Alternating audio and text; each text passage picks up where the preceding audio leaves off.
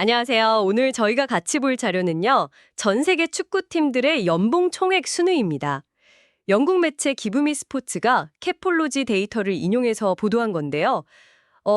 이게 보다 보니까 예상 밖의 결과가 많더라고요. 네, 그렇죠. 특히 1위 팀, 그리고 그 액수가 정말 뭐랄까? 압도적이라서 좀 놀랐습니다. 맞아요. 그래서 과연 어떤 팀이 연봉을 제일 많이 쓰고 있는지, 또 그 이유는 뭔지 한번 자세히 들여다보겠습니다. 좋습니다. 근데 이게 단순히 순위만 보는 게 아니라, 결국 큰 돈 쓰는 게 항상 성공으로 이어지냐? 이런 질문도 던져볼 수 있겠죠? 그렇죠.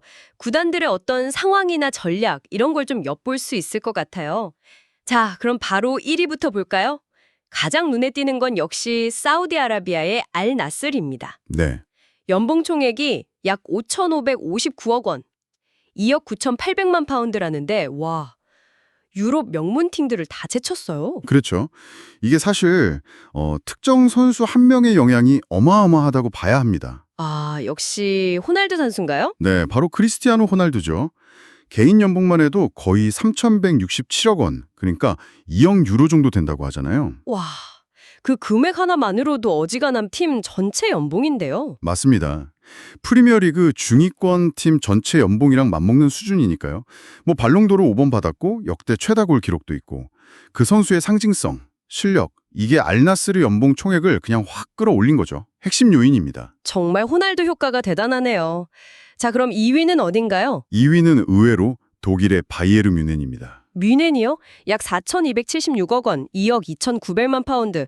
오, 이건 진짜 좀 의외인데요? 그렇죠. 보통 독일 클럽들, 특히 뮌헨하면 되게 합리적이고 뭐랄까 효율적인 재정 운영 이런 이미지잖아요. 네, 맞아요. 알뜰하다는 느낌이 강했는데. 근데 이게 최근에 좀 변화가 있었어요.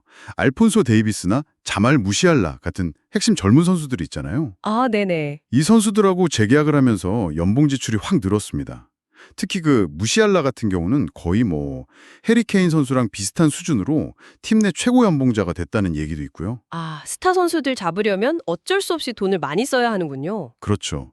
그러다 보니까 미넨도 예전과는 좀 다르게 재정적으로 약간 압박을 받는 그런 상황이 된 것 같습니다. 그렇군요. 자, 3위 보겠습니다. 레알 마드리드네요. 약 4,251억 원, 2억 2,800만 파운드. 네, 레알은 뭐 음바페까지 영입하면서 진짜 초호화 군단 만들었잖아요. 그런데 이번 시즌 성적은 좀 아쉽다는 평가가 많아요. 네, 맞아요. 챔피언스 리그도 8강에서 떨어졌고 리그도 2위, 구강컵도 준우승.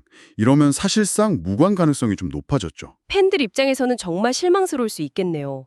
돈은 돈대로 썼는데. 그렇죠. 이름값만 보면 정말 역대급 스쿼드인데 결과가 좀 따라주지 않은 거죠. 레알 마드리드 사례를 보면 단순히 비싼 선수들 모아놓는다고 우승하는 건 아니다. 뭐 팀워크라든지 전술이라든지 이런 다른 요소들이 얼마나 중요한지 다시 한번 생각하게 됩니다. 네, 맞는 말씀입니다. 조금 더 내려가서 7위 볼까요? 맨체스터 유나이티드. 약 3,218억 원인데 여기도 상황이 썩 좋진 않죠. 아, 맨유는 정말 그렇죠. 리그 순위도 지금 뭐 중하위권이고 네, 심지어 새로운 구단주가 직접 나서서 일부 선수들 급여가 너무 과하다. 이런 얘기까지 했잖아요. 맞아요. 맨유 사례가 딱 그거죠. 높은 연봉 지출이랑 성적이 꼭 비례하는 건 아니다. 이걸 가장 잘 보여주는 팀 중 하나가 아닐까 싶습니다. 네, 정말 돈만 쓴다고 강팀이 되는 건 아닌가 봅니다. 그렇죠. 그 외에 보면 맨체스터 시티가 4위, 파리 생제르맹 5위, 아스널 6위, 뭐 이런 팀들이 상위권에 있고요. 아, 손흥민 선수 뛰는 토트넘은 15위 안에는 없군요. 네, 아쉽게도 토트넘은 이번 순위에는 포함되지 못했습니다. 이런 순위를 보고 팬들 반응도 되게 다양했다고 하더라고요. 아, 네. 어떤 얘기들이 있었나요? 뭐 미넨 급여 구조 진짜 괜찮은 거냐. 아스널은 아직 우승권은 아닌데 돈 너무 많이 쓴다. 뭐 이런 얘기도 있었고 오히려 순위권 밖에 있는 리버풀이 정말 효율적인 운영을 하는 거 아니냐. 이런 의견도 있었다고 합니다. 가성비 팀이다 이런 거죠. 네, 재밌네요. 결국 오늘 살펴본 자료가 딱 두 가지 흐름을 보여주는 것 같아요. 하나는 알나스르처럼 중동 자본 같은 외부 자본이 들어와서 단숨에 연봉 최상위권으로 점프하는 새로운 세력. 네, 새로운 힘의 등장이죠. 그리고 다른 하나는 레알이나 맨유처럼 전통적인 강호들이 막대한 돈을 쓰고도 성과를 못 내서 고민하는 모습. 이 두 가지가 공존하는 거죠. 맞아요. 단순히 돈 많은 팀 순위 이걸 넘어서 각 구단의 어떤 재정 철학이나 전력, 또 선수 영입이 성공했는지 실패했는지, 투자 대비 효율성 이런 것까지 다 보이는 데이터네요. 정확합니다.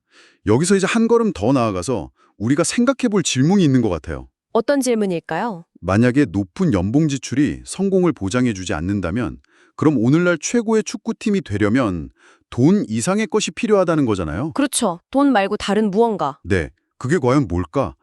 감독의 리더십이나 전술일까요? 아니면 뭐 끈끈한 팀 분위기, 선수단 문화, 혹은 꾸준한 유소년 육성 시스템일 수도 있고요.